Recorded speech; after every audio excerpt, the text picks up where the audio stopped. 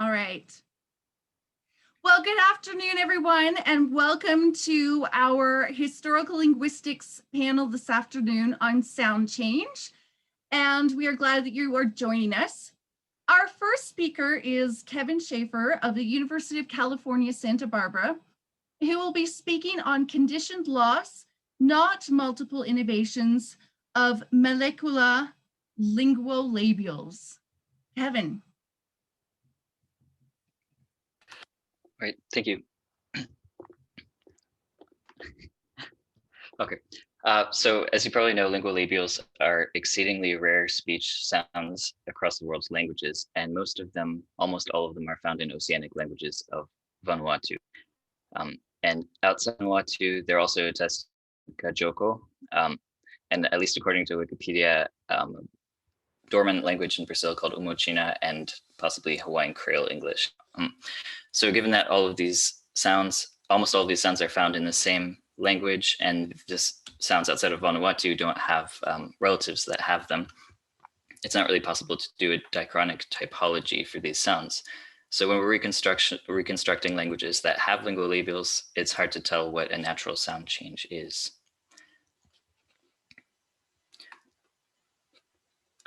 So this has important implications for phylogeny in Vanuatu. The sort of accepted phylogenetic proposal has been challenged by recent work and forthcoming work, especially coming out of the Max Planck Institute in Jena.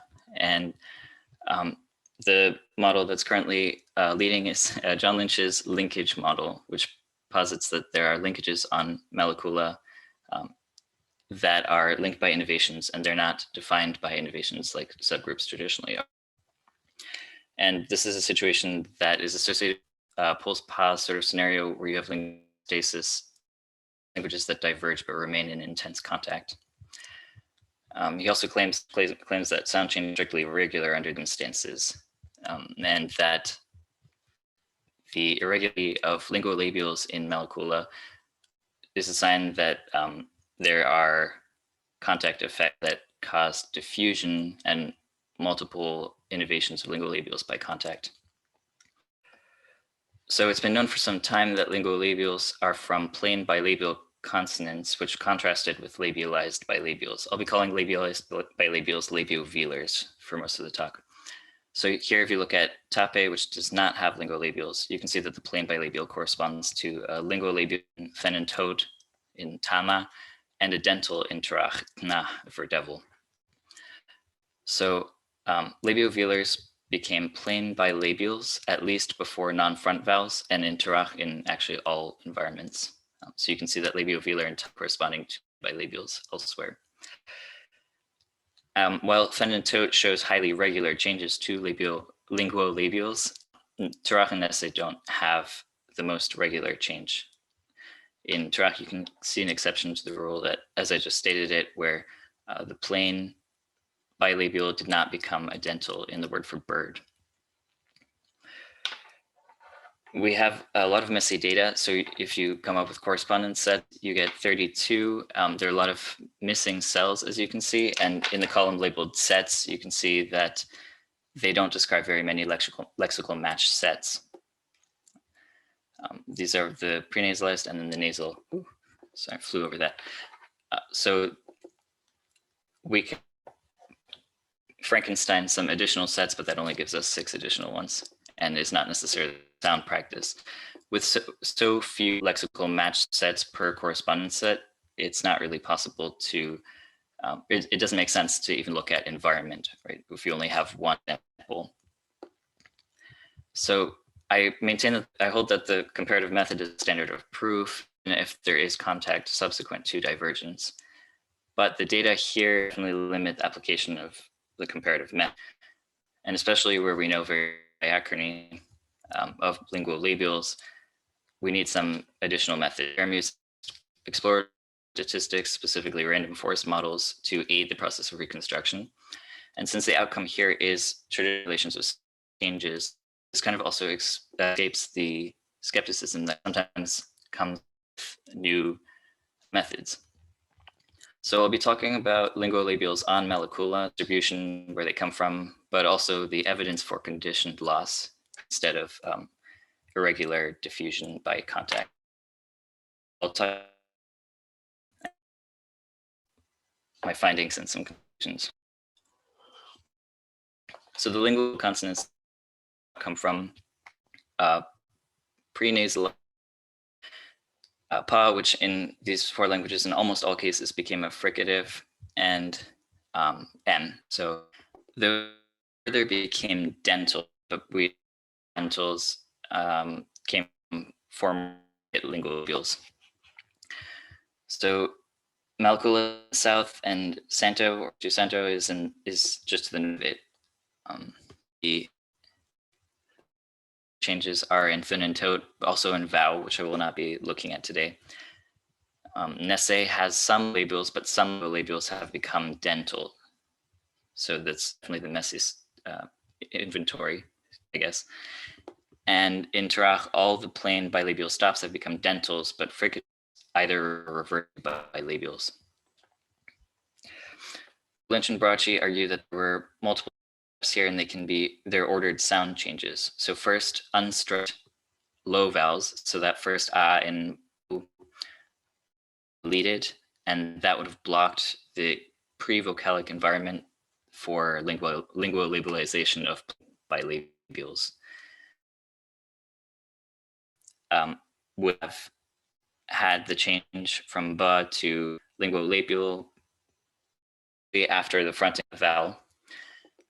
And so this vowel fronting created the environment, a set of environments, E and unstressed A, that allowed for this change. Linguolabial. It's this low vowel deletion that blocked it. But on the left here, you might notice that all examples that they use, they could just as well be dissimilation. They all create consonant sequences, in some cases even complex onsets for words that can't bear a prefix. So dissimilation is a strong candidate here. There's also some self-reported counter evidence in that paper that would be better explained by dissimilation, not by a blocking rule, right? Blocked sound change. So on that basis, Lynch argued originally that fen and tote was probably the source because of its free, but recently that vowel is also a likely source for diffusion of lingual labials. And he says that this was imperfectly copied, which I interpret to mean sort of an independent innovation that's spurred by contact. But this argument relies on 2 assumptions, one being that the irregularity is the cause of recent contact, and 2, that vowel loss in Trach must have preceded lingual labialization, so that this pattern, this ordering of the sound changes is the way. So the alternative that I'm proposing is that the patterns in Trach and Nesse not irregular, but patterned assimilation and dissimilation that operate at various domains.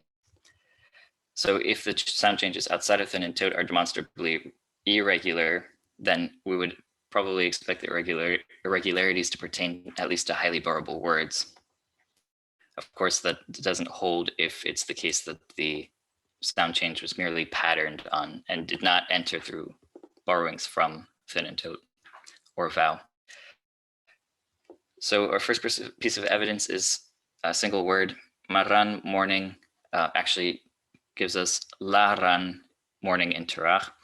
This looks like it bears a locative temporal prefix la, which can only be found on nouns. And in the proto language, this word was not a noun, which means that the lingual labial, after becoming a dental, was probably reanalyzed as a noun prefix, changing the class of the for this locative prefix. This look pretty old in Tarach because it's at least several steps for that. We also see that there is something that looks like assimilation in Nesse, where tama, proto-tama, father, you would expect a lingual labial, so tana, but in Nesse, the nasal is homorganic with, it's same place of articulation as the suffix. So by labial suffix, it becomes bilabial dental suffix. You get dental tanan. So this is a pretty clear case of assimilation. However, it doesn't mean that this happened after linguals were developed. You see the same thing in Nahuatl, which does not have lingual labials between bilabials and labiovelars. Bilabials can sort of harmonize with following labiovelars. That language, at least in Dimick's analysis, is highly relevant too, because they labiovelars and bilabials are contrastive environments even before rounded vowels. So this could solve a problem in the unpatterned changes following labials in based on the reconstructions that we have. So the data that I used were from Fenentot, Tarach, Nese, and Tape, only 4 of the languages that have lingual labials, but these are the best described languages for Northern Alkula. Tape, remember, Tape retained labiovelars and does not have lingual labials. That doesn't mean that it never had lingual labials, but it's hard to say. I used all of the reconstructions from Proto-North Central Vanuatu, but in the process of coding, I modified them in actually almost exclusively irrelevant ways, but I incorporated any innovations that were shared by the 4 languages.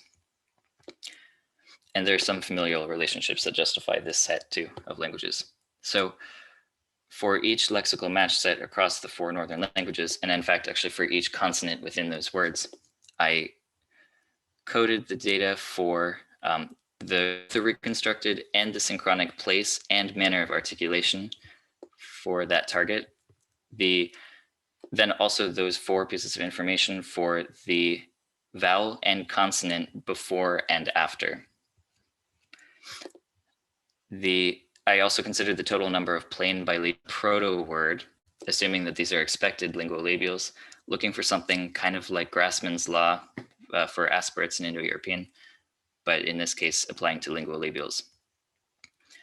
And I also considered word class and broad semantic domain as sort of proxies for borrowability. And of course, I included the language of the data point. A lot of these variables were ordered. I ordered borrowability, which might be a little bit controversial, but manner of articulation by sonority and place by distance in the mouth. And classify the place of articulation of the expected lingual labial. So I use this to generate a random forest model in R. This is used in exploratory statistics to determine predictive power of different factors. And what it does is it generates a large number of decision trees. And the optimal decision tree can be read somewhat like a formulation of conditioned sound change, which I'll show in a second. So just trees, what they do is divide data into smaller and smaller pools. The data are always split into 2 different pools at each step, which are kind of like branches of the tree. So for example, you could split off one language from the rest.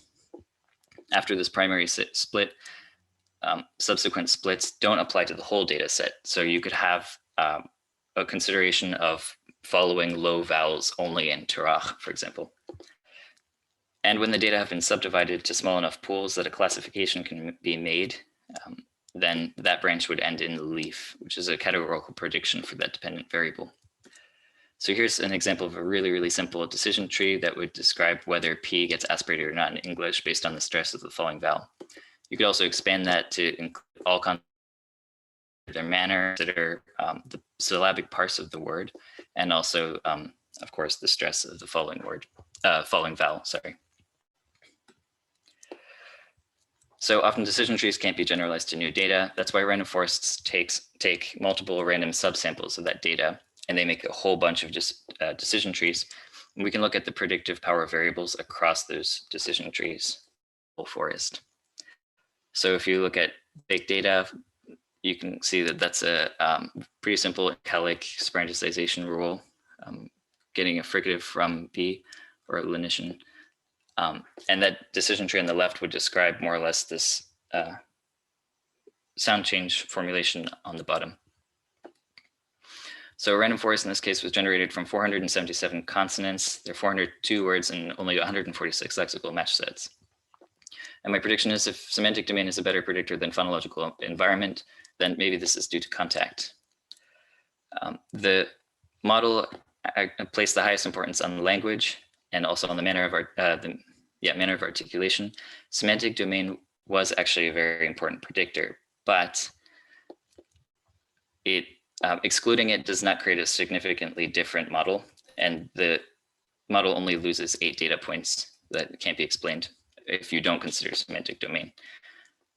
So most of the phonological conditions were regressive and actually for the most part dissimilation rules. And there's some surprising trends in that model. So it looks like position in the syllable might be important, position of the expected lingual labial, especially with respect to the conditioning phonemes. The vowel quality might also be important regardless of the synchronic value. So looking at the proto, specifically proto-ahs, whether they were deleted or not.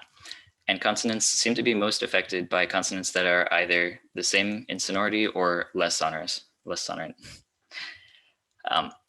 The error rate is pretty high, so the classification rate is not very high in the highest of, in the best model. But since this is an exploratory method, this isn't what I'll be presenting. I'm not presenting the model itself, but explaining how I got some of the insights to come up with sound changes here. So all lingual labial stops and trough became dental and all fricatives became bilabial. So it's only possible to talk about dissimilation in this case. And all of the dissimilation patterns were regressive. There's actually only one example of a bilabial reflex of B or M before a non-coronal sound. So this is strong evidence against this blocking situation, the blocking proposal. And that's in grandchild, but there is also a dental variant.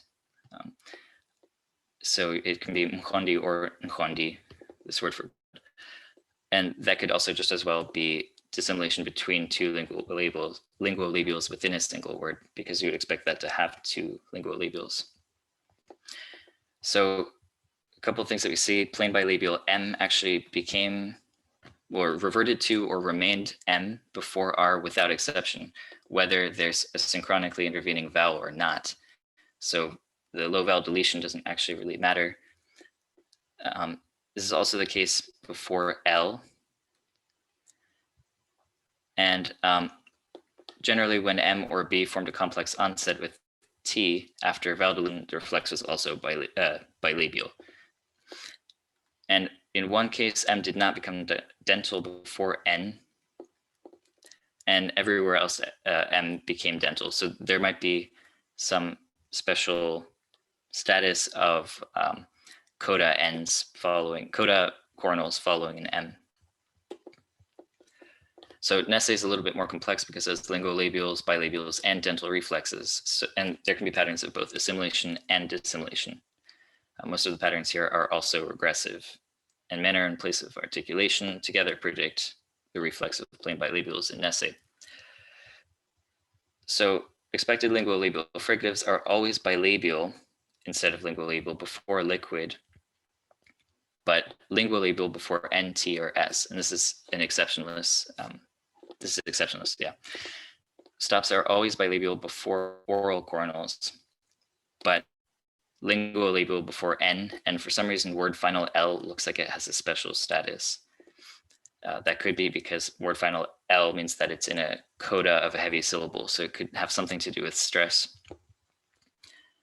And nasals are generally dental also before any coronal, but they're lingual labial again before word final L. Reduplication looks like it's a special case. Reduplication always yields one lingual labial and one bilabial prenasalized stop. So it looks like there's dissimilation here. And skipping to the last point here, there is a special relationship between lingual labial nasals and dental nasals in that they tend to metathesize with each other.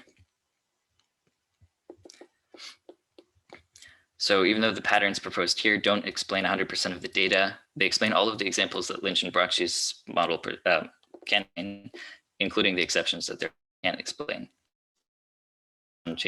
Sound changes are not what we usually. Only one word is better explained by their proposal, and that's the word for long or tall. But that word, there's evidence for that word possibly being special. You can ask about it if I don't think there's time now. And even if Nessa and Tarach borrowed lingual labials, there's strong tendencies restricting what environments that happened in. A few phonemes actually remained or reverted to bilabials, except in these conditioned environments. So in Kajoko, this lingual labial stop was found to pattern as a labial, but in this case, the lingual labials pattern both as coronals and as labials. But maybe they're more coronal than they are labial, because when there are two lingual labials in a word, we generally see the outcome, well, we always see a bilabial outcome. So it looks like it's coronal dissimilation. So based on, I would say that random forests are an effective tool. Diachronic typology is absent, and we needed another source for our intuitions. And that former lingual labials dissimilated in some cases in Nessa and Tarach in conditioned environments that have bilabials or dentals or other lingual labials. So this also allows for the possibility that there was inheritance of lingual labials and that the languages later diverged. All right, that's all I have. Thank you.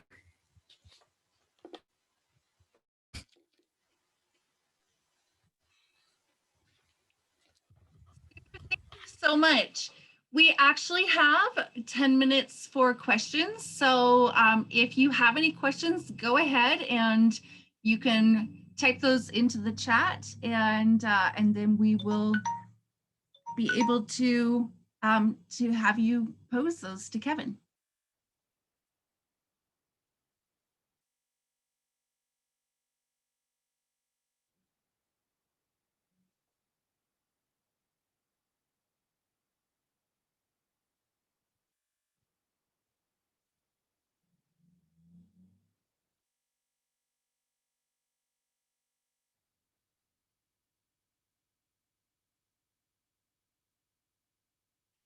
So any questions right now?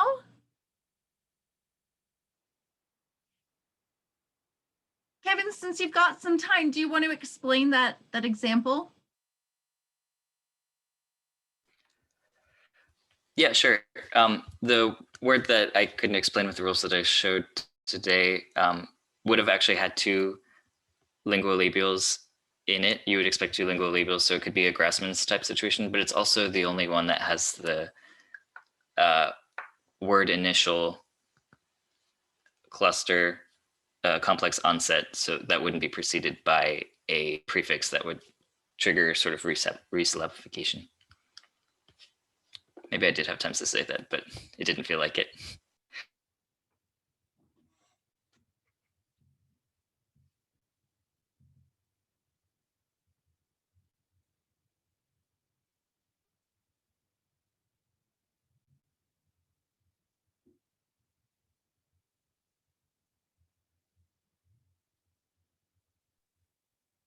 So any other thoughts or questions or comments that that you'd like to share with Kevin?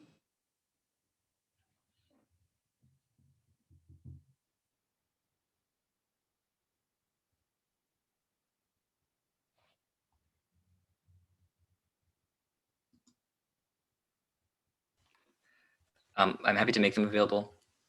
I could send them to you, or I haven't made them available yet, though. But Super.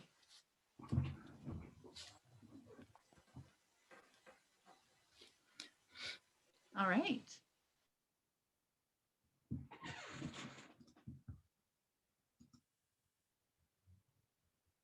Oh, Jorge, would you like to? And let me see if I can find you on here to unmute you.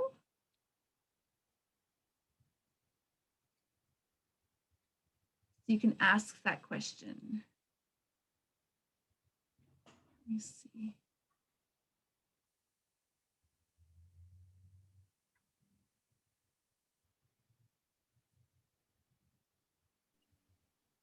All right. Yeah, perfect. Hi, Kevin. Thank you for your talk. I was just wondering if you could say a bit more about the methodological point of using this method of decision kind of for us as a source of additional intuitions when there is not typological intuitions that we can withdraw from other places. Yeah, I think I can say something. First of all, it wasn't super easy because the decision trees are very hard to read, even if you pull out the optimal decision tree from the random forest. So I had to write some code in R, that a function in R that kind of converted it to something more like a sound change formulation that I would expect to see. And a lot of it looked me. Obviously, there's a risk of cutting down the data into small pools that actually just identify words based on the idiosyncrasies of the word, right? And not because of any tendency. So that was, I did several iterations of the model. So it's got to a point where I could generate an explanation for everything, but a lot of these things are things that I wouldn't have considered. So I wouldn't have considered looking at unstressed low vowels that don't get deleted. So maybe that's my own limitation, but it helped to see rules, think that's complete nonsense, and then take a look at the data again and realize actually it's not nonsense. It works even if I can't explain it.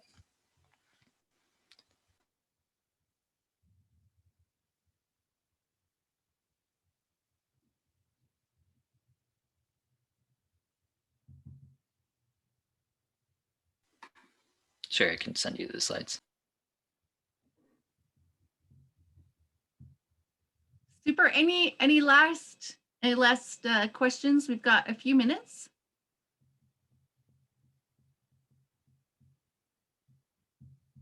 And if you do, you can go ahead and put those into the chat and also raise your hand.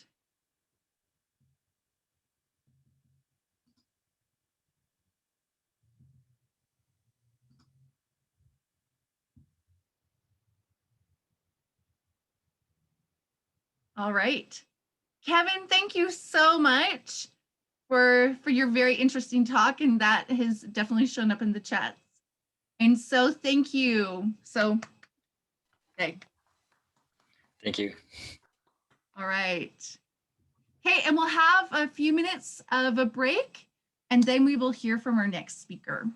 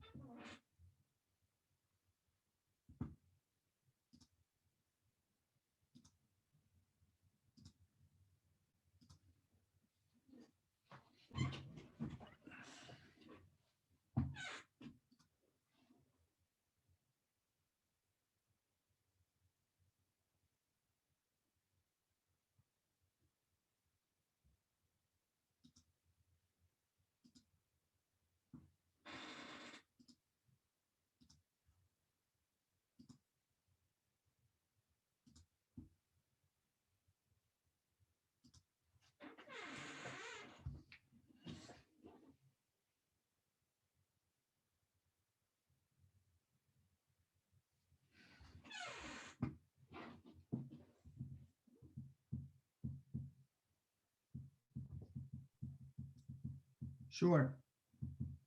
All right.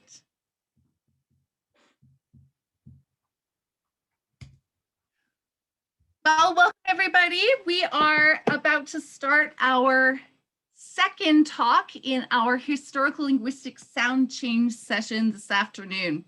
And next we will hear from Björn Könlein, who is going to be speaking to us on evaluating overlapping sound changes, open syllable lengthening and apocopy in West Germanic tone accent dialects. Björn, take us away. Thank you, Laura.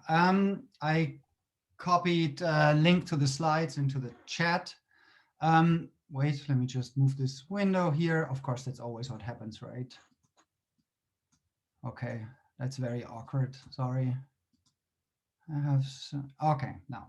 Okay, sorry about that. Well, the talk in one slide is approximately the questions I want to address is in what way overlapping sound changes can influence the development of a phonological system, and in what way they can lead to distributional variation across dialects. And the sound changes in question that I'll be talking about are open syllable lengthening, right, where we have an open syllable with a short vowel that becomes long, and apocopy, where a word final schwa is apocopated, thereby making an originally, for instance, disyllabic word monosyllabic. And my claim is that the overlap of open syllable lengthening and apocopy play a key role in distributional variation of West Germanic, or some people know it as Franconian, tonal accent. And I will not talk about synchrony today because, you know, there's only so much you can do in 20 minutes. Okay, just a quick note on overlapping sound changes. So neo-grammarian sound changes have traditionally been assumed to apply sequentially. However, there is evidence of overlapping sound changes, right? Chen 1971 is one seminal paper on the issue. And I want to look at OSL and apocopy here. The received knowledge about German, at least, is that OSL applied before apocopy. There are two types of evidence. There are manuscripts, medieval manuscripts show evidence of OSL earlier than of apocopy. And another type of evidence is the logical chronology. So if you would first apocopate, like make CVC schwa, for instance, to CVC, then there would be no open syllable anymore. So that would be an argument against thinking the order would be reversed. However, if OSL comes first, then we get the correct outcome. So for instance, here we lengthen a short vowel, then we delete the second vowel, we have an open syllable, and then we have apocopy. However, not for all areas of Germanic that seems to be that clear cut. So for instance, we have a debate on English. So some parts of Middle English open syllable lengthening have been analyzed as compensatory lengthening by some. For instance, that like name became nam, like along the, like you have apocopy and at the same time you find lengthening. However, the traditional analysis OSL earlier than apocopy is still maintained by others, as in the famous paper by Lahiri and Drescher. But in any case, there is a debate. So what can tonal accent bring to the table? Well, as I hope to show you in the remainder of this talk, this order, OSL before apocopy, is difficult to reconcile with the lexical distribution of tonal accent across dialects. And the claim is incomplete, that is, non-neutralizing OSL at the time of apocopy accounts for distributional variation that I will introduce to you throughout this talk. And the other order, apocopy over OSL, is even more implausible, and I will disregard that here. So that's the structure. I'll start with some background on tonal accent. So the Franconian tonal accents are phonologically distinctive word accents. The Scandinavian ones are very similar. They are more well known, I guess, to most linguists. So you have an accent 1 and accent 2 that can only occur on heavy syllables that have two sonorant moras. They can distinguish lexical items. So you can have, here you have a minimal pair between the word for man, which means basket with accent 1, and the word for man, which means man with accent 2. And that can also be morphologically relevant, as here the word Stein with accent 1 means the plural of stone, and the word Stein with accent 2 means singular. So these are spoken in parts of Germany, Luxembourg, Belgium up here, and the Netherlands. So that approximately is that area we are talking about here. So in some sense, you could say it combines like dialects of German and dialects of Dutch. And the last preliminaries that I want to give you is sort of some kind of default realization. I chose the dialect of Cologne for that, where, as you can see, this white here is the accent syllable in the middle of a phrase, and the gray shaded part is what follows. And accent 1 has an early fall in declaratives or a late fall in interrogatives, and it has an early rise in, accent 1 has an early fall in declaratives, and accent 2 has a late fall in declaratives, and accent 1 has an early rise in interrogatives and a late rise in for accent 2, right? So you can see accent 1 has an earlier movement than accent 2 in these instances. Now, we get closer to the core of what this talk will be about. I will give you some basic idea of the lexical distribution of tonal accent. There are 3 important dialectal areas. They have gotten these names in the traditional literature: Rule A, Rule A1, and Rule A2. Rule A is the biggest area. And then you can see here you have something at the border between Germany and the Netherlands that's called Rule A1. That's a transitional area. And then you have what is called Rule A2. So when we talk about where tonal accent comes from, there's something in the 1920s. Bach had this generalization, and he noticed that the distribution of tonal accent reflects an original difference between 2 groups of vowels, or you could actually say syllables, maybe even. Relatively long vowels received accent 1, and relatively short vowels received accent 2. And Bach's observation has been adopted by several scholars. Here you have some references. I will just note, I don't have time to talk about it. There's an alternative approach, the genesis of tonal accent by Hüsenhoven. And so where does this idea of Bach come from? So he says accent 1 is relatively long. He comes to this observation because, on the one hand, originally long non-high vowels like E, O, and A always have accent 1, right?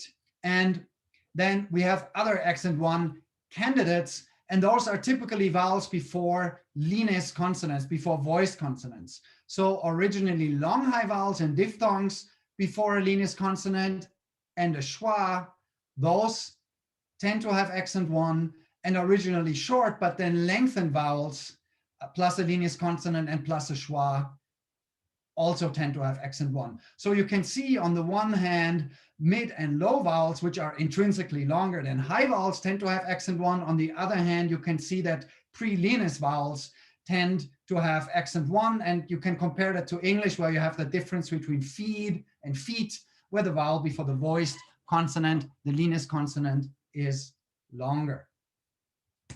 Now I'll give you an idea of how these durational differences may have led to the emergence of tonal accent. And what I assume, or have proposed in earlier work, is that Franconian originally had a rising falling contour to mark focus. I can't talk about this here. If you want to, you can ask me about it. And so we had an initial rise that comes with this rising falling contour that starts in an accented focus syllable.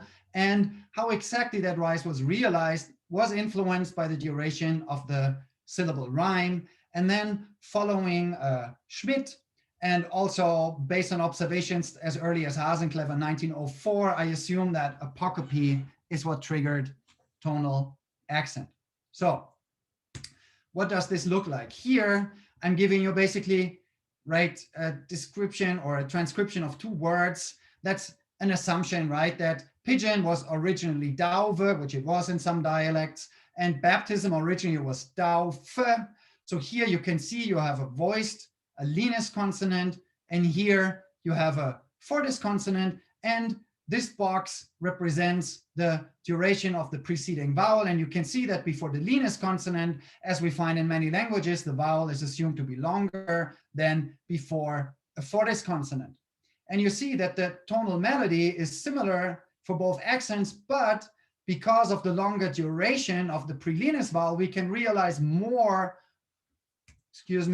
of the rise in the accented syllable than we can in the pre-fortis condition. So the pitch is higher here at the syllable boundary than it is in the context before the fortis/voiceless consonant.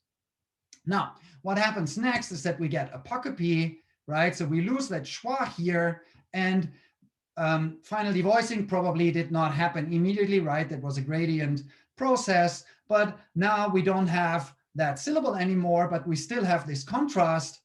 And then comes the tendency to devoice this final consonant. And that is when I believe that secondary cue, the durational contrast, was exaggerated. And that was reinterpreted here as an early rise for accent 1 and as a level tone with a late rise for accent 2. And this is basically how you get to a tone contrast between accent 1 and accent 2.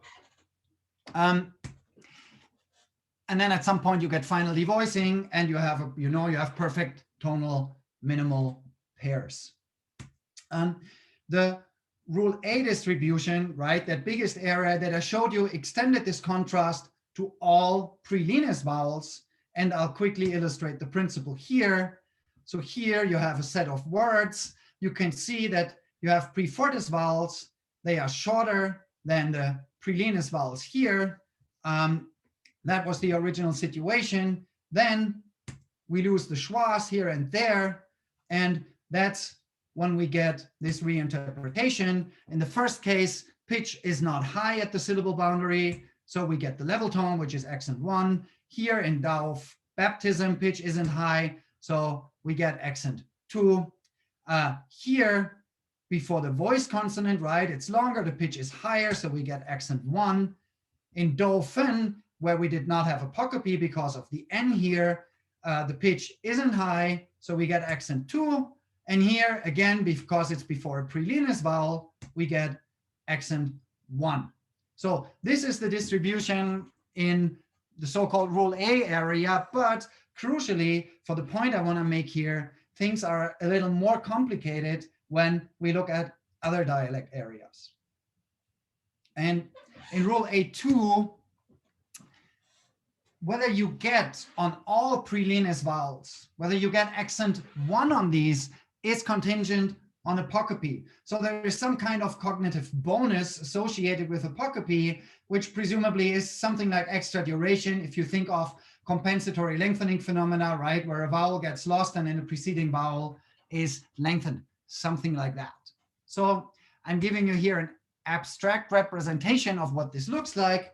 If there was apocope, right, in rule A1 and rule A2, for these high vowels, we are getting accent 1. If, however, in cases where there was still a second syllable, where we still have a schwa and sometimes an N following, we get accent 1 in rule A, but we get accent 2 in rule A2. So that means not all prelinis vowels get accent 1, only if they had apocope. And of course, the fortis vowels, doesn't matter whether there was a syllable lost or not, they were always relatively short. So here you get accent 2 across the board, right? So there you see one pattern of distributional variation, but interestingly, there's yet another pattern, and that is so-called rule A1. And here it's the most complicated pattern. If you had originally long high vowels or diphthongs, you get always accent 1 if the intervocalic consonant is linis across the board, like in rule A, which has most accent 1 items. However, in lengthened vowels, you need apocope to get accent 1, right? Linis isn't enough.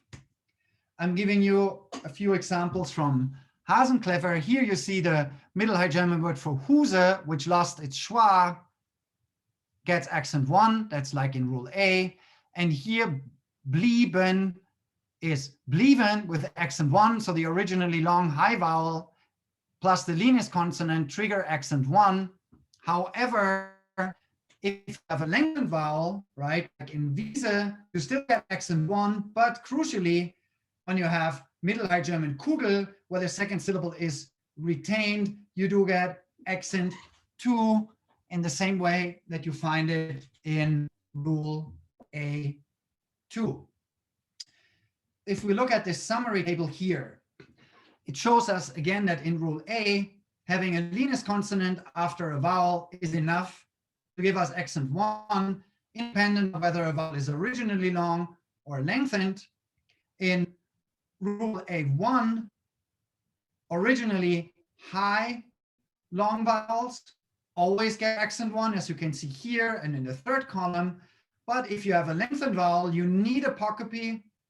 If you have a lengthened vowel without apocopy, you'll get accent 2.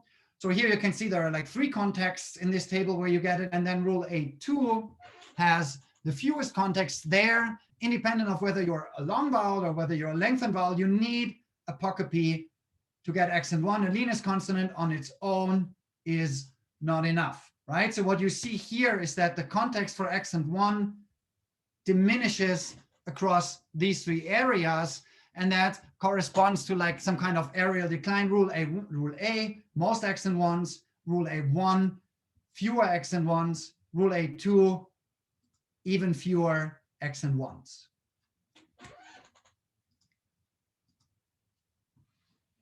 And now the last main point I want to make is what does this tell us about open syllable lengthening and apocopy? Why must they have overlapped? Well, if OSL would have occurred before apocopy in these dialects, why would long vowels behave differently from lengthened vowels in Rule A1, right? Again, remember that the long high vowels always get accent 1, but the lengthened vowels only get accent 1 if there was apocopy, right? And the point is, if open syllable lengthening had been completed, we would expect that those should all be treated the same way, because the lengthened vowels should have merged with the long vowels before apocopy. Therefore, this cannot be the case. And my explanation for this is, as I foreshadowed at the beginning of this talk, is that open syllable lengthening was incomplete when apocopy occurred. And I propose one mechanism that accounts for the dialectal distribution here, which is a duration-based genesis of tonal accent.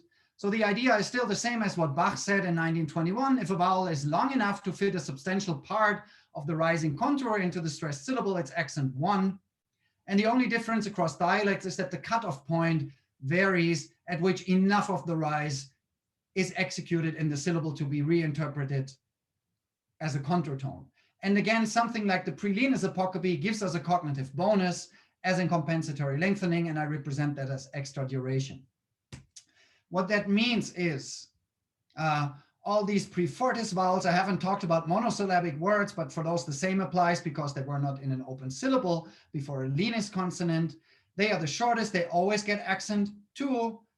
Old, long, mid, and low vowels, and vowels that were apocopated after a long high vowel. They are the longest group. They always get accent 1 in all dialects. And then you have this variation where lengthened vowel leanest schwa, long vowel leanest schwa, and lengthened vowel leanest apocopated. That's where the variation comes. And I assume that this was the durational relation between them. So what that means is we have this pitch contour and that rise, and this represents basically the end of that syllable. And here you can see that I've organized those according to their duration. And the longer the syllable, the more of the rise can be executed. And in Rule A, I assume the cutoff point was here, so that all the pre-leanest vowels, if there was another syllable, get accent 1. And of course, the apocopated vowels get accent 1, and the original, mid, and long ones also get accent 1. In Rule A1, the cutoff point is a bit later. So you can see here that the lengthened vowels plus schwa, who were not quite as long as the originally long high vowels plus schwa, they don't get accent 1, they still get accent 2, but the rest here gets accent 1.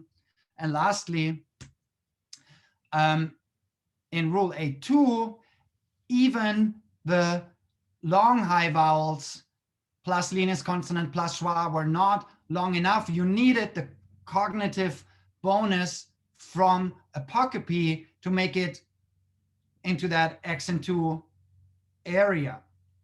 So what I'm basically saying here is that all of this taken together gives us one explanation with one mechanism, and crucially, it means that OSL cannot have been completed before apocopy. There is some extra evidence that I have put in here, which I will skip over for reasons of time.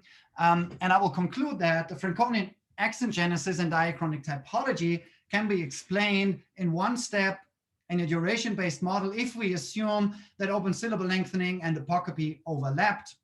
I'll skip the next point. And I hope that, this has shown that this kind of research or these kinds of patterns can inform general debates on sound change, the relationship between different sound changes. It has the potential to inform our understanding of the relationship between open syllable lengthening and apocopy in the history of Germanic, for instance, regarding Middle English open syllable lengthening. And because manuscripts showed evidence of open syllable lengthening earlier than apocopy, it also might mean that, it helps us re-evaluate the reliability of manuscript evidence. And this is one thing that I could have said if time were not so short in this life. Okay, thank you very much.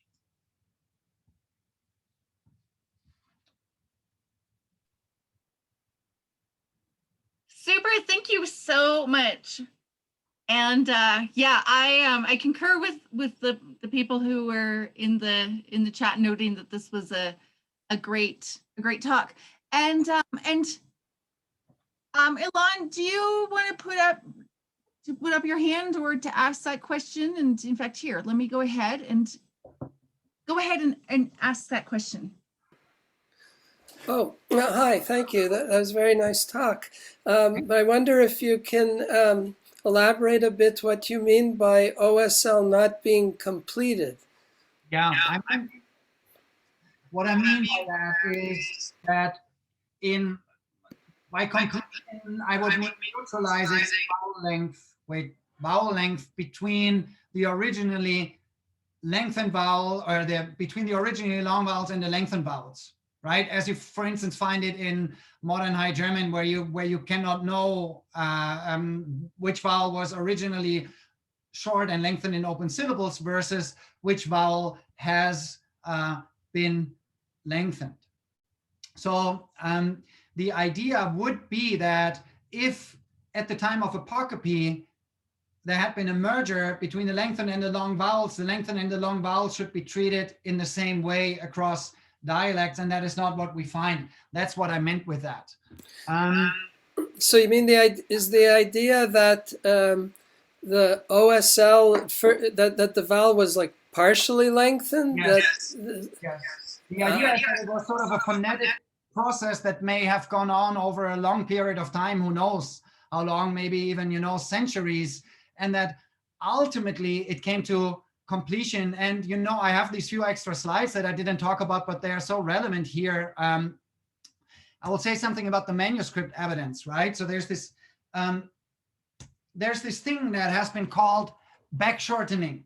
So there's this area around Cologne which shows very early evidence of open syllable lengthening being completed in a way that lengthened vowels were written in the same way as originally long vowels.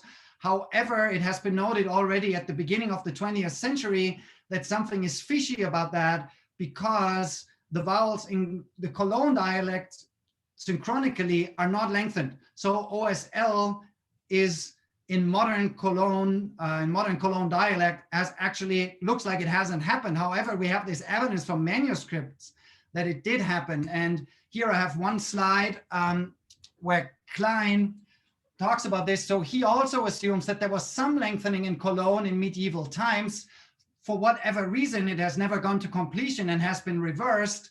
But He says that some dialectologists have set up some kind of process of what they call back shortening or reverse shortening, where they assume that the long vowels have been shortened again, but that cannot have happened if there first was a merger. Therefore, he says that vowel lengthening cannot have been completed in open syllables, even though the manuscripts show that. And what he speculates is that the orthographic conventions at the time only allowed for describing short and long vowels, but not vowels of an intermediate duration. And he says, well, they had to go with one option and they wrote them as long. So that would be something that we could, and Cologne crucially is in the Franconian area, right? So we see here a very well-documented dialect with a lot of manuscript evidence that has been assumed based on manuscript evidence to have open syllable lengthening, but may actually never have had it to completion, by which I mean there was a merger with the originally long vowels.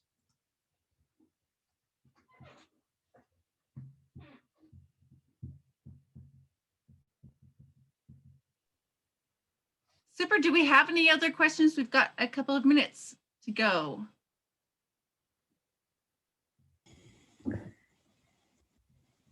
Hey. Nina, did you want to ask a question? Yes, please. Thank you, Björn. This was really interesting. I was wondering if you've thought about tying it somehow to the literature on pitch perception, and I'm thinking specifically on the thing that's been called the Glissando Threshold, which is the minimum duration that's needed for a dynamic F0 to be perceived as a pitch movement. Yes. And I presume that you won't be able to go back in time and do perception experiments, but maybe you could sort of reproduce these things in the lab somehow. Yeah, no, I've been thinking about this, right? The question is whether really that like minimum effect, which I think Gordon put it at about like 70 milliseconds, or was it Zhang? I don't remember. But the point is, clearly you need some time, yes, to realize a tonal movement. But I'm not sure whether those like the long vowels were really so short. I mean, maybe they were, right? Maybe the originally high vowels were really relatively short, and that's why people couldn't perceive these kinds of movements. On the other hand, however, I didn't talk about short vowels plus sonorants, but you also can get minimal pairs like man versus man or something like that, which comes from man versus manne, and clearly there the N contributed. So the point is, I am not sure whether this is really about the absolute threshold where you can perceive a contour or not, rather than maybe the durational difference was so big that there was still a large enough difference between those two that somehow listeners picked up on that kind of difference, probably when apocope occurred, right? But no, definitely, yes, that's something I've thought about reproducing that in the lab for quite a while, but I don't think it is trivial. The question is, what do you ask people and things like that? But if anyone has great ideas for me how to test things like that in the lab, I'm always happy to talk about it, to collaborate, whatever, you know? Yes, thank you, Nina. Super. And if there aren't any other questions, this is kind of our last really quick one. Then join me, whether with an emoji or just a quiet little clap, to say thank you to Björn for that talk. Thanks so much. Okay. And our next talk will start in about a minute and a half.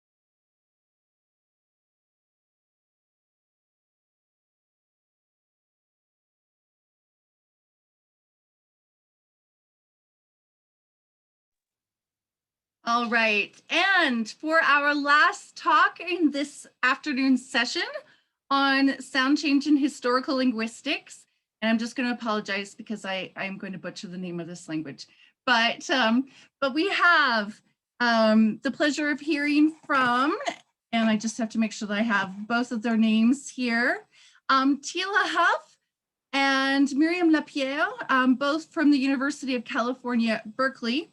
And they're going to be speaking to us on the typologically rare approximate inventory of Kaikwaqrati and a series of natural sound changes. Great, thank you, Laura. Yes, so just to give you a brief overview, in this talk, Tila and I are proposing a series of sound changes to account for the dense and typologically unusual inventory of approximants in Kaikwaqrati. This language instantiates a number of previously unattested phones and sound changes, and our analysis, which we present here, makes use of novel fieldwork data from 3 underdescribed and endangered languages of the Je family, so specifically Kaikwaqrati, Panara, and Kayapo. So if you're interested in learning how to pronounce the name of the language, it's here in IPA, so you can try to have fun with that. So Kaikwaqrati is a Je language spoken by less than 30 elders in the Brazilian state of Mato Grosso. There's only one ethnically Kaikwaqrati village, Camuirichico. It's located inside the Capota Jarina indigenous land and has a population of about 150.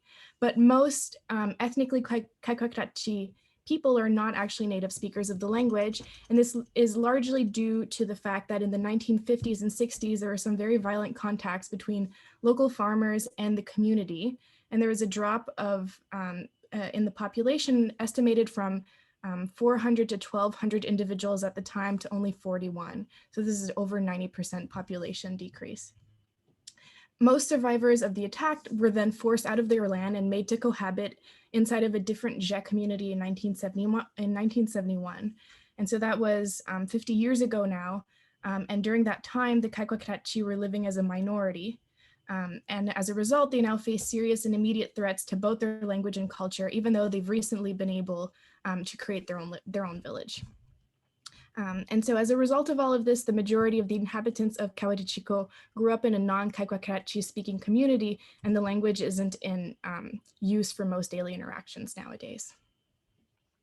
So moving on to the top of page 2, I should have noted, Tila, I think, shared in the chat, if you want to follow along, there is a copy of this handout, which you can find by clicking on the link that is going to appear in the chat in a second.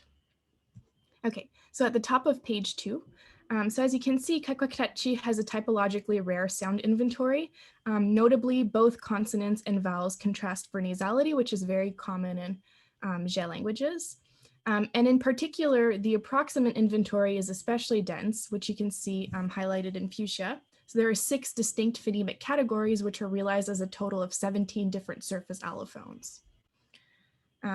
So approximants contrast for nasality. You can see this from the minimal pairs for the labial, oral and nasal approximant, the 2 W's here, and the oral and nasal retroflex approximants with the minimal pair for long and animal here.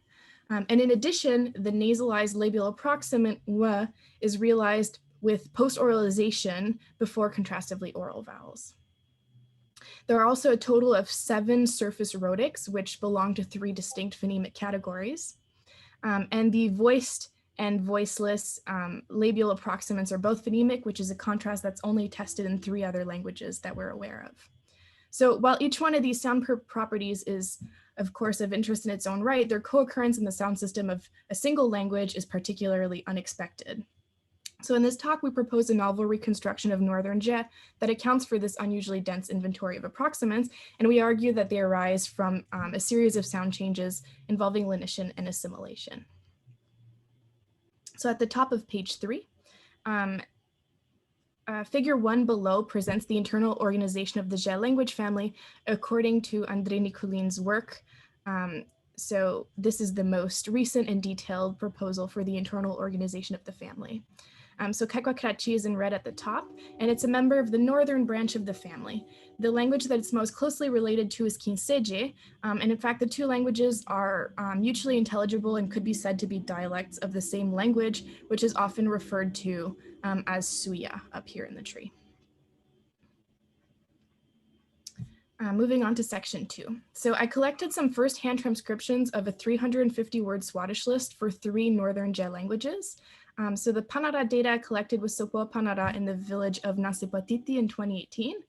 The Kaikwakarachi data was collected with Nokere Tapayuna and Jeremy Beauchamp in Kamerichiko in 2018 as well. And the Kayapo data was collected with Kunitik Metiktira Panara and João Paulo de Nofrio in Nasipatiti in 2019. So both the Panara and Kaikwakarachi field notes can be accessed in relevant archival collections, for which you have the citations here if you would like to access them. So reconstruction, as a result of being based on so much firsthand data, makes use of a more phonetically detailed and internally coherent data set than was available to previous analyses. And especially noteworthy is the fact that prior work is based on very limited data for both Kaikwakarachi and Panara, which are the 2 most understudied languages of the Je family. So we supplemented this first-hand data from published sources on the other 3 Northern Je languages, so specifically Apinaye, Kinseje, and Timbira. And so after harvesting all of this data, we created some cognate sets of Je-specific roots, and then we followed the comparative method to reconstruct Proto-Northern Je forms and relevant sound changes. So in section 3, so table 3 gives you our proposed reconstructed inventory for Proto-Northern Je consonants. And as you can see, the Proto-Northern Je consonant inventory is much more simple, notably less marked than the one that we proposed for Kaikwakarachi. There are only 3 distinct approximate categories, W, R, and Y, which are realized as 4 different surface allophones. And as you can see, there's no contrast in nasality for the approximants, that is. And to give you a little bit of context, which might help you evaluate the data that we're going to present in the rest of this talk, I'm just going to briefly mention some notable characteristics about the morphophonology of Proto-Northern Je. As is true for many of its daughter languages, the majority of morphemes are monosyllabic, and compounding is very frequent in the language. The syllable template is CCCVC, though triconsonantal onsets are very rare. And there are a series of 4 contrastive nasal consonants that are realized with post-oralization when they occur before a phonemically oral vowel. And then the labial approximant W is realized as a labial palatal approximant when it appears before a front vowel, E, A, or E. So we're going to propose a series of sound changes that account for the unusual approximate inventory of Kaikwakarachi by deriving a series of sound changes from Proto-Northern Je to the synchronic language. So starting first with retroflexion. So Proto-Northern Je coronals, R and T, underwent a process of unconditioned retroflexion. And so specifically for the approximants, this is an A. So the alveolar flap is realized as a retroflex flap. And following this change, the retroflex flap of Kaikwakarachi is realized as a retroflex glide before velar stops. And specifically after nasal velar consonants, this retroflex glide is nasalized, and after the voiceless velar consonant K, the retroflex glide is realized as voiceless. So this is, so you can see this in the data in the first table here. So in examples 1 to 3, you can see that Proto-Northern Je flap is realized as a retroflex flap in Kaikwakarachi. The Proto-Northern Je flap is realized as a retroflex glide after voiced Nga. In 7 and 8, you can see that Proto-Northern Je alveolar flap is realized as a retroflex glide, nasalized retroflex glide after Nga. And in 9 through 11, you can see that the alveolar flap is realized as a voiceless retroflex glide after K. So retroflexion of R-colored sounds seems to be very frequent, according to some recent phonetic work by Milky et al. The specific sound change of an alveolar flap to a retroflex flap is attested in Nyawaigi. And then the gliding of the retroflex flap is attested in Hindi. So both of these processes can be attributed to enhancement of F3 lowering, which is present both in rhotics and retroflex sounds. Second, we have a process of flapping. So Proto-Northern Je voiced coronals D and N underwent a process of unconditioned flapping to an oral and nasal alveolar flap respectively. So you can see evidence for this in the table at the top of page 6. So in 12 through 14, you can see that Proto-Northern Je D is realized as an oral flap between two oral vowels. And Proto-Northern Je N is realized as a nasalized flap between nasal vowels. So flapping, flapping of D and N is another very widely attested process of lenition. So we find it in standard American English, so the nasalized flap in a word like winner, and the oral flap in a word like whiter. And another language in which this is attested is Tusk Albanian. So I'm now going to pass the floor over to Tila. Okay, so now we're going to move into the sound change of fusion, where P&J Mira underwent a process of fusion to a nasalized retroflex tap in Kaikokarachi, which resulted in a nasality contrast for this retroflex approximant. It's also important to note that it's unclear whether this retroflexion happened before or after fusion. And in the data table here on this page, you can see in 18 through 20, P&J Mira becoming this nasalized retroflex tap in Kaikokarachi. So this nasality contrast for this phone is attested in only a handful of languages in India and Pakistan, which we list below, which is and just to say that it's a rather rare contrast, and it's fairly interesting to see it in this language. And in 3.2.4, we move on to gliding, where all bilabial stops in P&J underwent a generalized process of gliding in syllable onset position in Kaikokarachi. And there was also likely an intermediate fricative stage, as there is in many languages cross-linguistically. And also it's important to note that bilabial stops P and M are now only attested in syllable codas word internally in the language. So if we move to the top of page 7, we can see the data table in which in 22 through 23, P&JP became its voiceless equivalent hua in Kaikokarachi. In 24 through 26, we see P&JB being realized as the voiceless equivalent of wa in Kaikokarachi. In 27 through 29, we see P&JM being realized as the nasalized equivalent, and in 30 through 32, we see the post-oralized mba being realized as the glide equivalent of that sound in Kaikokarachi. So gliding, as we know, is a widely attested lenition process. However, it's important to note that there actually doesn't exist another example of diachronic change involving the post-oralized mba, at least to our knowledge. And it also is irrelevant to say that P&J, and like many of its daughter languages in both the northern and central branches, has these post-oralized allophones, where a nasal consonant like will be post-oralized before a contrastively oral vowel. So essentially, this specific change involving mba is technically unsurprising, since the diachronic process of gliding affected all bilabial stops in the language, including this relatively rare sound. So as we move on to 3.25, there was palatalization that occurred in the language, which created a allophony between labiovelar and labial palatal realizations of labial approximants. So labial palatal surface before front vowels, as mentioned previously, and labiovelar surface before central and back vowels, and also other approximants. So this kind of alternation of W fronting before front vowels is also reconstructible to P&J, like we said before in the inventory section. And this synchronic process is widely attested in languages in the family in central and northern branches. So as a result, it's probably the case that bilabial stops underwent gliding and palatalization simultaneously before front vowels, rather than through some kind of intermediate labiovelar step of being wa. So as we move to the top of page 8, there is a data table in which you can see number 33 for P&J pa becoming its labiopalatal realization, or its voiceless one in Kaikokarachi. And in 34 through 35, you can see the voiced equivalent happening for P&J B, And in 36, you can see the nasalized equivalent for P and J M. And in 37, you can see the post-oralized equivalent for P and J mba. So these palatalization processes are widely attested in the world's languages, and specifically alternations of wa becoming fronted before front vowels are becoming palatalized before front vowels are attested in languages of West Africa, for example, the languages listed below.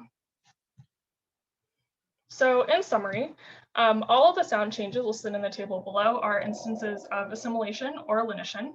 And it's important to note that the unconditioned retroflexion of the flap in P&J occurred prior to the flapping of P&J-D. So in essence, the flap that's currently observed in Kaikokurachi right now doesn't correspond to P&J flap, it corresponds to P&J-D. And P&J B and D also notably became approximants in Kaikokurachi, and all other sound changes in table 4 are not crucially ordered. So the assimilation and lenition that you can see in the table 4, they're split into different sections, and the retroflexion, fusion, and palatalization rules that we listed are in this table, and flapping and gliding for lenition are also in this table. So moving on to the broader implications of this work, first, there is a relevance to phonological typology, where Kaikokurachi has a typologically rare sound inventory, providing evidence for the possible breadth of phonological sound changes and also sounds for natural languages. And Kaikokurachi also just in and of itself has 17 surface phones, which is rather remarkable.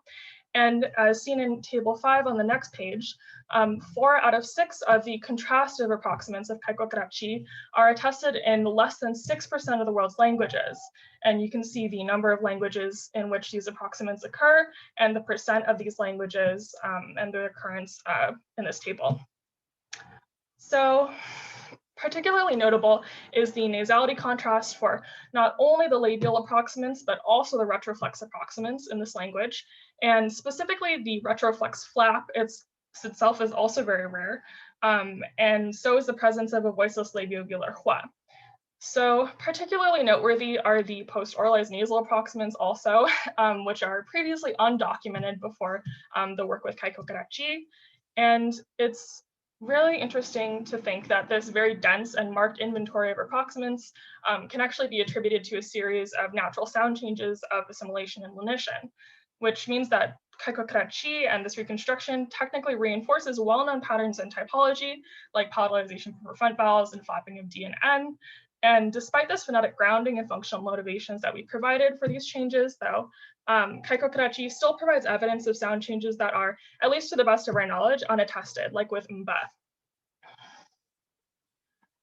Now moving on to the relevance for historical linguistics, the inclusion of our novel data is incredibly crucial for our reconstruction, since Kaikokurachi and Panara are technically the most two divergent and under-described Northern Jê languages. Davis's 1996 reconstruction did not include any Kaikokurachi data at all, and Nicolene 2020, as well as Miriam's previous reconstruction, made use of Camargu's descriptions of Kaikokurachi, which did not include the level of phonetic detail present in the current field notes that we're working with here. So Camargu's work did not note the presence of nasality or palatalization in approximants, and the following phones were not previously described. So consequently, the sound changes of fusion and palatalization proposed here for Kaikokurachi were not reconstructible at all with previous data. And this is also true for some of the specific outcomes of the retroflexion, flapping, and gliding processes that we proposed here. In conclusion, with the use of our novel filter data from Kaikokurachi, Panara, and Kaipo, we produce a more robust, phonetically detailed, and internally consistent comparative analysis of Northern Jê, from which we posit the reconstructed forms in 1 through 38. Thank you.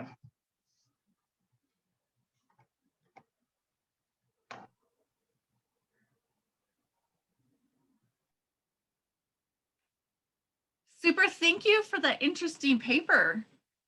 So, I mean, we've been really lucky to have 3 excellent papers in this session. So, any questions?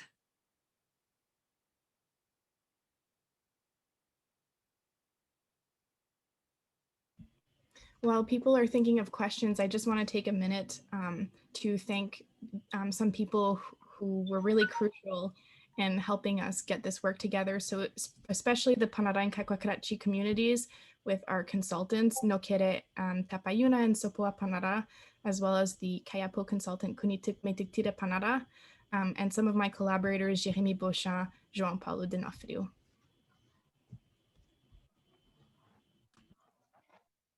And we just have to even like give a shout out for every single time that we would hear you say the language's name. It's amazing. Bjorn.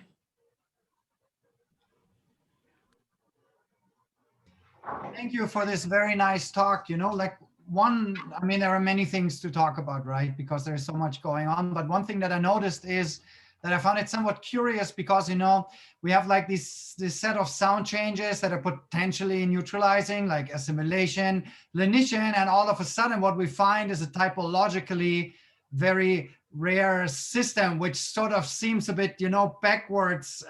So I'd like, maybe, I don't know whether you have some comments on that, but more specifically, there's always still this idea around that sound change would make grammars simpler or phonological systems simpler if we think of claims from the 80s in natural phonology and things like that. So how do you think your work contributes to these kinds of debates about these views on the nature of sound change? Well, I think I can speak on this at least a little bit, where we definitely went into this reconstruction with that presupposition that, sound changes are supposed to make things at least reasonably a bit less marked inventory-wise. Yes. But then we saw the data for this language, and compared to the other languages in the northern branch, at least, they have their interesting things on their own, but Kaikwakarachi specifically with these approximants was just so incredibly marked that we really felt that we had to, I guess, reanalyze how we, or what we would expect, I suppose, in terms of what sound changes would produce for this inventory, since it would just be, we luckily were able to figure out something that seems reasonable, at least, for how it occurred, which is, I guess, the most gratifying thing about this, I suppose, since it could have easily just been, this is completely crazy and we're not sure. But instead we have reasonable processes of like lineage and assimilation. I don't know if you want to add anything to that, Miriam.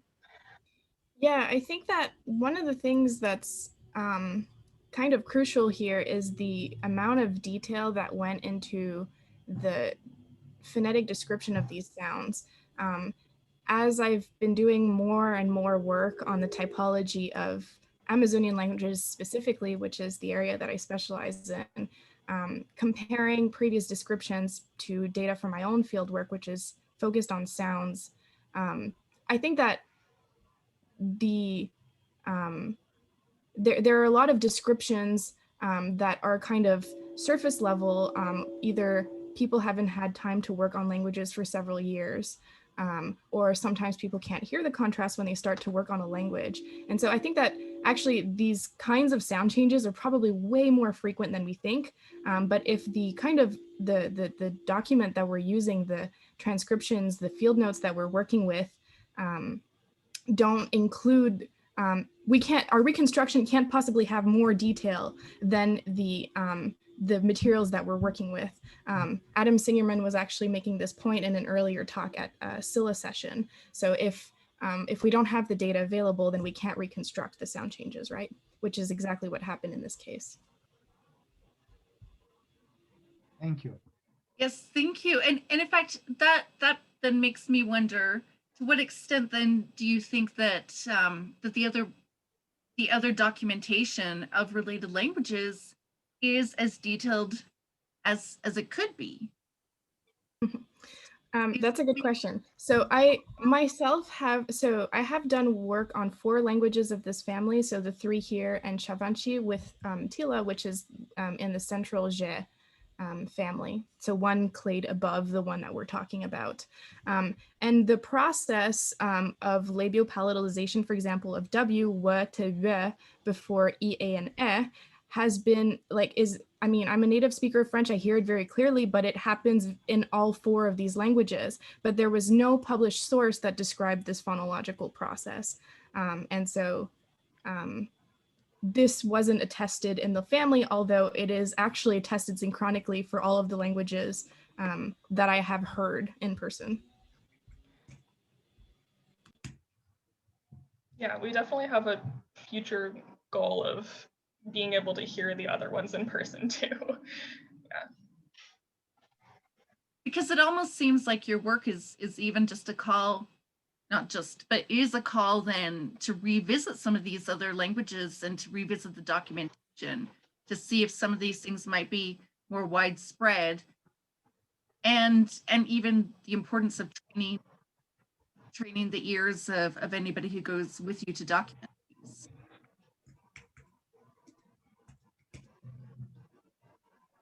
So any other questions or comments or feedback?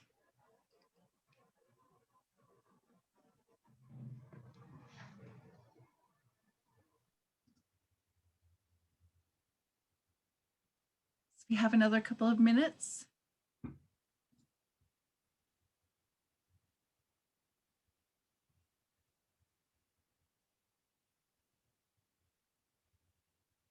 Did you have any other data that you wanted to maybe bring up that you didn't have time to address, since we have a few minutes?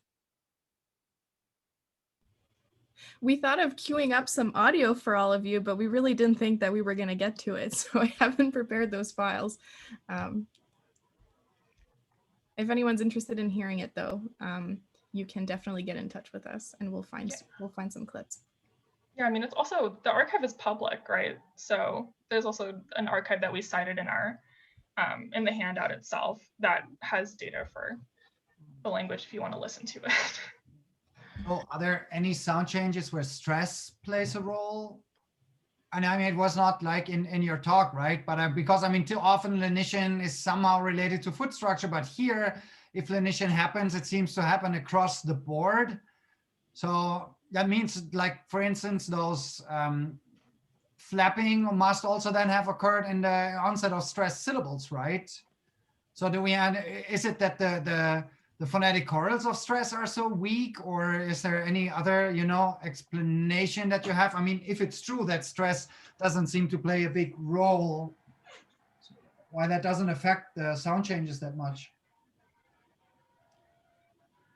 So stress across the board in the family is final, except that you do have some word final, what you could call epenthetic vowel or echo vowel epenthesis in some languages in the family, when you have a word that ends in an oral consonant. And in those cases, stress is penultimate, but always falling on the last lexical vowel of the root. And because most roots are monosyllabic, you get a very consistent pattern in stress, and it has a very like low functional load. It seems to me that it's associated with a high pitch. There's lengthening when stress is penultimate, but not when it's final. And Tila recently tried to do an acoustic analysis of stress in a language. So in Shavanchi, which is central Je, which is one clade above the one that we're talking about, but the stress is the same as in these other languages. And Tila, do you want to tell us what you found? Oh, yeah, well, I was trying to find this with Professor Lev Michael, actually. We were looking into it. And we haven't been able to find any explicit acoustic correlates of stress, at least as far into looking into prot and things like that. There might be some kind of correlate with vowel lengthening, but then we sort of run into this chicken before the egg problem of whether or not the long vowels are phonemic. Or not. There's penultimate vowel lengthening, I guess if you could call it that, ignoring the chicken and the egg problem, not only in the Shantoje language Shavanchi, which I did fieldwork with, but with, I think Panaran also. Is there another language for which this happens? Off the top of my head. I think there's one more in the Northern Branch, but regardless, there possibly length is an acoustic correlate, because it didn't appear pitch, at least for that language, had that, but pitch appears to be a correlate for Kaikokurachi, so I think it depends. Yeah, and in fact, I think based on what you were presenting earlier, I have a sense, this is just an intuition, I've never myself done any detailed analyses on the correlates of stress in Je, but my intuition after having been doing fieldwork on languages of the family for, I think 6 years now, is that there's some really relevant perceptual cue that's in the pretonic syllable, which might have to do with alignment of the pitch contour. So when Tila was doing this acoustic analysis on the pitch alignment in stressed syllables, she didn't find anything consistent. And I think it might be because it has to do with a rise or something like that on the pretonic vowel, which we haven't looked at. Oh. Okay, thanks. All right, and I have a little feline assistant here who's telling me that our time has come to an end. But thank you so much for an excellent paper and a fascinating discussion. So, and if you'd like to join me with one of your emojis or with clapped hands, just say thank you for an excellent job, everyone. Thank you so much, and have a good rest of your conference. Thank you all. Thank you. And awesome work, you guys. Thank you. Thanks, Laura.